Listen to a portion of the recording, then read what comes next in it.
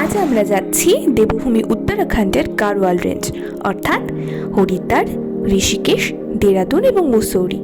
আজকের এই ভিডিওতে থাকবে দেরাদুনের ট্যুর প্ল্যান, কোথায় কোথায় ঘুরলাম সমস্ত ডিটেলস। দেরাদুন আসতে চাইলে আপনি হাওড়া থেকে ধরে নিতে পারেন কুম্ভ এক্সপ্রেস, উপাসনা এক্সপ্রেস কিংবা দুন এক্সপ্রেস। আমরা এসেছিলাম কুম্ভ এক্সপ্রেস। এই প্রসঙ্গে বলে রাখি, দুন এক্সপ্রেস কিন্তু প্রায় 34 ঘন্টা সময় নেয়, কিন্তু অন্য দুটি এক্সপ্রেস প্রায় 5-6 ঘন্টা সময় কম নিয়ে তবেই দেরাদুনে আসবে।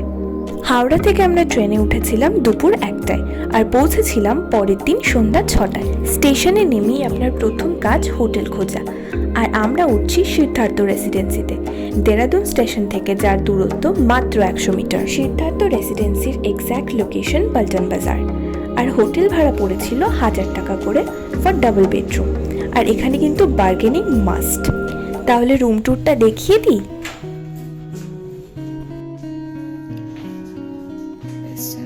Toilet.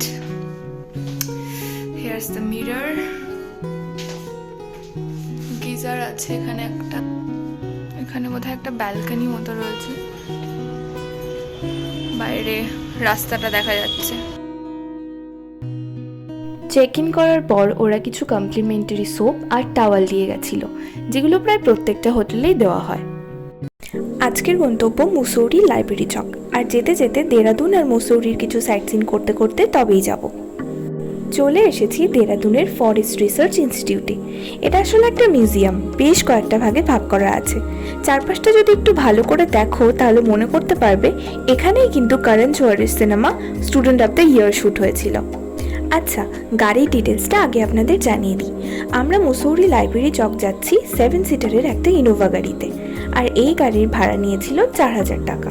আমাদের ড্রাইভার ছিলেন অরবিন্দজি। ওনার ডিটেলস আমি স্ক্রিনে শেয়ার করে দিচ্ছি। টিকিট অনুযায়ী কিন্তু 60 টাকার টিকিটে 6টা মিউজিয়াম ঘোরানো হবে। মিউজিয়ামের ভেতরে কিন্তু ভিডিও করা বা ছবি তোলা একদম অ্যালাউড না। আমি না জেনেই কয়েকটা ক্লিপ নিয়ে ফেলেছিলাম। আর এখানে আমার মা একটা দারুণ কথা বলল। আমার মা কিন্তু একদম ঠিক কথা বলেছে, নয়ন ভরে দেখে নাও। তা ঠিক, ছবি কি হয় স্মৃতি হিসেবে থাকলো, কিন্তু অ্যাকচুয়াল নেকেড আইসে দেখা সেটা একটা আলাদা বিষয়। এফআরআই দেখা শেষ করে আমরা এবার যাচ্ছি দেরাদুনের তপকেশ্বর মন্দিরে। মেলা বসেছে এখানে একটা সন্ধ্যার দিকে, তো যাচ্ছি এখন তপকেশ্বর মন্দিরে। গাড়ি থেকে নামিয়ে দিয়েছে, এখান থেকে লিফটে করেও যাওয়া যায়, তো আমরা হেঁটেই যাব যেহেতু একটুখানি ওয়াকিং ডিস্টেন্স। আমার পেছনে মন্দিরটা তপকেশ্বর মন্দির, নিচটা বোধহয় জল রয়েছে, নিচটা একবার একটু নামবো।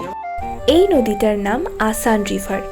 দুন ভ্যালির ওয়েস্টার্ন পার্ট থেকে যার উৎপত্তি, আর বিভিন্ন ধারায় তা নিচে নেমে এসেছে।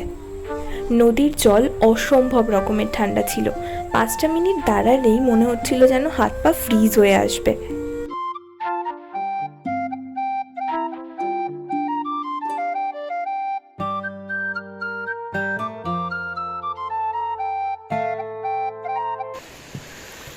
মেন মন্দিরটা ওপরে।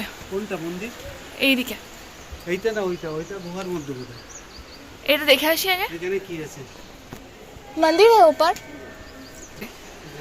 এখানে কিন্তু ভেতরে গুহা মতো করা আছে, তো ভেতরে ঢুকবো এখন। খুবই সুন্দর, উঠতে পারবে না। যাবো ভেতরে, ওদের জন্য। গুহার ভেতরটা এতটাই ন্যারো, ঢুকতে বেশ ভয়ই করে। डर लगता है हाँ, किस लिए? पीछे पीछे आओ, हमारे पीछे पीछे आओ। ये ऐसे ऐसे बाहर नहीं निकल पाए तो बाहर जरूर पाओगे, इतना सारा स्पेस है।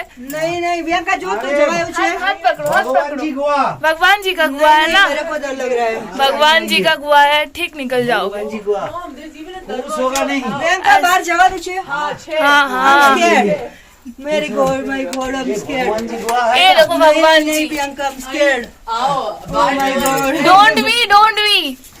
ये देखो कितना अच्छा है। पर यहाँ से बाहर जाने की जगह और जो स्टैचू है वो वही तो है वैष्णो देवी।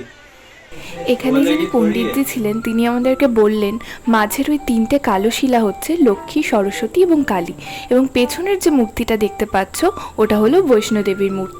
এই গুহাটা লাইমস্টোন রক দ্বারা ন্যাচারালি মেড, অর্থাৎ চুনাপাথর দিয়ে তৈরি। তবকেশ্বর মন্দির দেখা হলো, এখন বেরোচ্ছি এখান থেকে। ভীষণ ভালো লাগলো, বিশেষ করে গুহার মধ্যেটা। একজন তো ভয় পাচ্ছিল, আমি কিছুটা হেল্প করেছি ওনাকে। Feels good. তো এদিকে সেই নদীটা দেখায়, যেটা একটু আগে নেমেছিলাম আমরা এই দিকটাতে। এখানে কিন্তু জুতো রাখার একটা খুব ভালো সিস্টেম। এখানে যে কজন পারো জুতো রাখতে পারো, আর কোনো নমিনাল ফিজ নেই। তুমি যত টাকায় দাও না কেন ওরা নেবে ভগবানের সেবার জন্য। যাই দাও না কেন 10, 20, 100, তো সেটা দিয়ে তোমরা জুতো রাখতে পারো, এবং টোকেন দিয়ে দেয়, তো অসুবিধা হওয়ার কথা নয়। এবারে আমরা যাচ্ছি দেরাদুনের অন্যতম ফেমাস স্পট গুচ্ছপানি। এখন যাচ্ছি গুচ্ছপানি, সামনেই। লোকাল ভাষায় এটাকে গুচ্ছপানি বলে, অ্যাকচুয়াল নাম রবার্স কেভ। দেখতে পাচ্ছ এটা এন্ট্রান্স, টিকিট কেটে নিতে হবে। এখানে বোধহয় টিকিট কাউন্টার, সম্ভবত 35 করে পার পারসন টিকিট। সামনে বাঁদিকে একটা ক্যাফে আছে, এখানে বাচ্চাদের জন্য কিছু অ্যাক্টিভিটিস রয়েছে। তো ক্যাফেতে এখন ঢুকবো না, আগে ঘুরে আসবো তারপর। হ্যাঁ, তবকেশ্বর মন্দিরের মতোই কিন্তু জলের মধ্যে দিয়ে হাঁটতে হচ্ছে। এখানে বলে রাখি, কেউ যদি স্নিকার পরে চলে আসো তাহলেও কিন্তু চিন্তার কোনো বিষয় নেই, কারণ এখানে স্লিপার ভাড়া পাওয়া যায়, আর তার দাম নেয় 20 টাকা করে। খুব সরু, খুব বেশি সরু বলবো না, মানুষের যাওয়ার মতো একটা টান রয়েছে মনে হচ্ছে।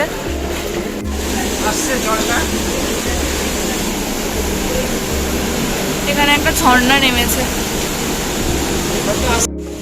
তো রবার্স কেভে এসছি, কিছুটা ট্রেক করার পর একটা সার্টেন পয়েন্ট অব্দি সবাই যায়, তারপর ট্রেক করতে হয়। তো ট্রেক করে ওপরে উঠেছি, দেখতে পাচ্ছ।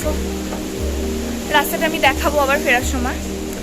তো ইন্টারেস্টিং স্টোরি হচ্ছে, এটাকে রবার্স কেভ বলা হয় কারণ হয়তো তোমরা ইউটিউব ভিডিওতে জেনেই থাকবে, কিন্তু আমি তাও বলছি, কারণ এখানে অনেক আগেকার দিনে বিভিন্ন ডাকাতরা আসতো, তারা তাদের ধনসম্পদ যা কিছু লুট করে নিয়ে আসতো, তারা কিন্তু এই জায়গায় লুকিয়ে রাখতো ইস্ট ইন্ডিয়া কোম্পানি থেকে বাঁচার জন্য। তো সেই হিসেবে এখানকার নাম হয়েছিল রবার্স কেভ।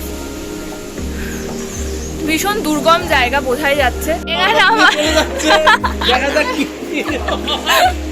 এখানে পাহাড়টাকে উঁচু করে ধরে আছে আমার বাবা, শ্রীকৃষ্ণের ভাই বলরাম, দ্বিতীয় অবতার। গুচ্ছপানিতে অনেক হই হুল্লোড় করার পর এবার আমরা একটা ক্যাফেতে এসেছি পাশেই মোমো খেতে, কিন্তু এখানেই আমি করে ফেললাম খুব বড় একটা ভুল, যার জন্য আমাকে রীতিমতো অসুস্থ হয়ে পড়তে হলো। সেটা কি জানতে হলে দেখতে হবে দেরাদুনের পার্ট 2। আজকের ভিডিওটা এখানেই শেষ করছি, খুব জলদি দেখা হবে দেরাদুন ব্লগ পার্ট 2 নিয়ে। এই ভিডিওটা ভালো লাগলে একটা লাইক করে দিও, and stay tune for more such videos. Till then, by.